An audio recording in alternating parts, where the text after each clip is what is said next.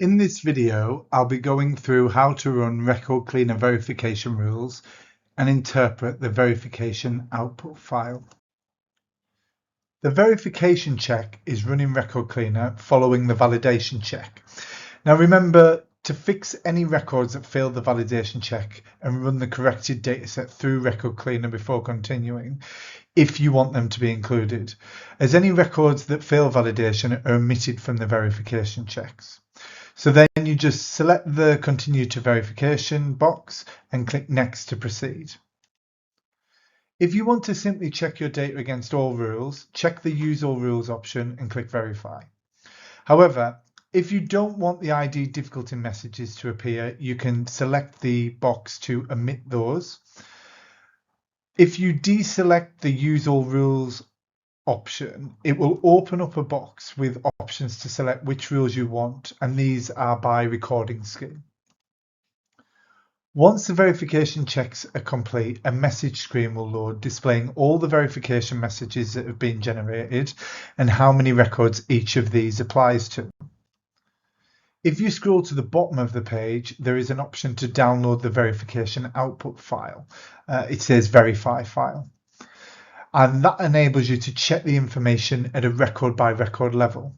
So we're now going to take a look at one of these verification output files that I've previously generated.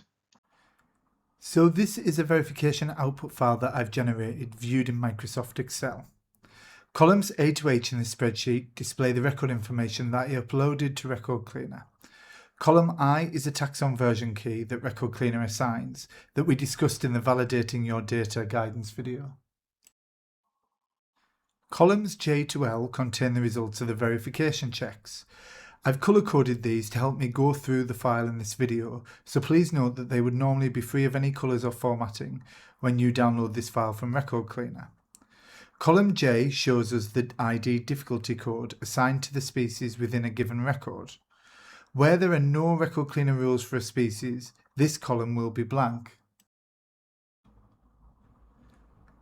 Column K displays the verification check result. This will show as a pass if all rules for that species have been passed. It will display as a fail if at least one of the recording scheme rules for that species fails. It will show as worn if no rules exist for this species. Please note that records will not pass or fail based on ID difficulty codes alone.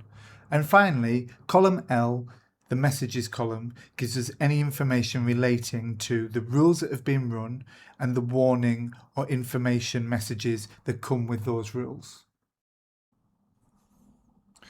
Let's start by filtering these records to only the records that have yielded a warning result. Now we can see by scrolling through these that almost all of them have returned this result because no rules exist for this taxon.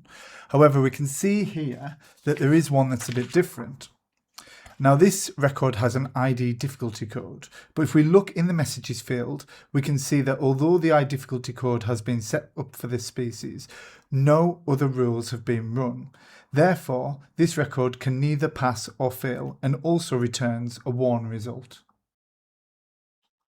So now let's go back and filter to only those records that have returned a pass result.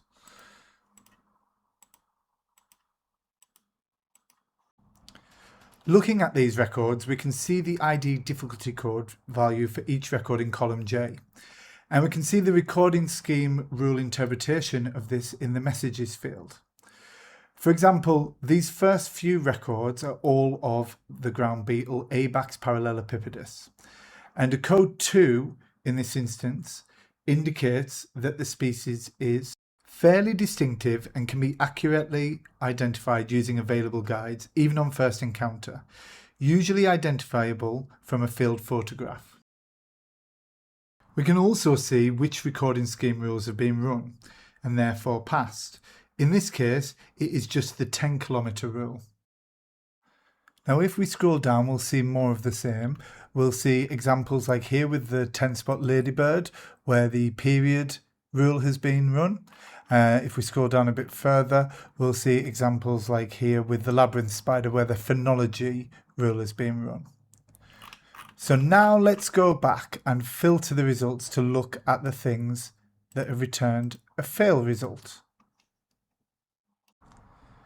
Remember, a record only needs to fail a single rule to return a fail result.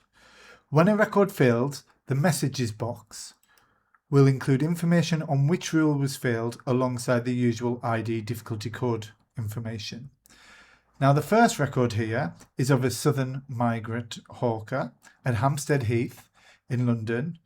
We can see in the messages box that it failed a rule, and that was the phenology rule for adults of this species. And the date of the record is far from the expected period of the 26th of June to the 26th of August. Now, if we look at the record details, we can see here that the date was the 9th of June, which is more than 3 days from the phenology period within the Record Cleaner rules. So my recommended actions would be to double check that the date was entered correctly and to look into if the phenology of this species has changed by maybe investigating if more early June records exist for this species. Moving down to the second record, this time of a spider called Agineta conigera at Lesnes Abbey Woods. This time the record has failed due to the 10-kilometre rule, which we can see here. We can see that the message tells us that the record is close to the known distribution, and therefore there are records of this species in at least one adjacent 10-kilometre square. So, knowing how under-recorded spiders are, and that the species was recorded relatively close by, I feel a little less cautious about this one, and I'm happy that it may just be a new 10-kilometre square for this species. Finally, if we scroll down a bit further, we come across a record here of a brown-banded carder. This record has failed the checks due to one of the additional rules set by the Bees, Wasps and Ants Recording Society. The rule states, records for this species must always be verified. So that one is definitely going to need checking. When using Record Cleaner, you are fine to ignore the records that have a warning or pass result and focus on the records that have failed one or more of the recording scheme rules. Best practice would be to go through the fail results on a record-by-record basis so that you can assess if any records require further action and what that action may be.